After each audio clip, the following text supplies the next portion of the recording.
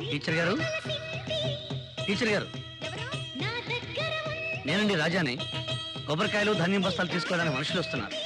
ఆ విషయం చెప్పేద్దామని వచ్చాను.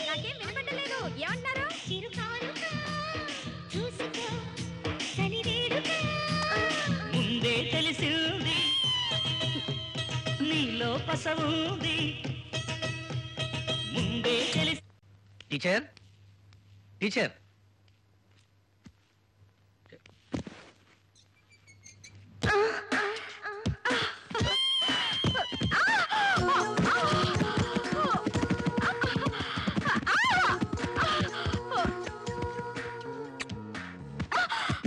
టీచర్ ఏమిటిది? అది పడిన సిగ్గు వల్ల తడబడి నోరు జారి ముద్దు. ఇది పల్లెటూరు, టౌన్ కాదు. ఒళ్ళు దగ్గర పెట్టుకుని ప్రవర్తిస్తే అందరికీ మంచిది, మర్యాదగా కూడా ఉంటుంది.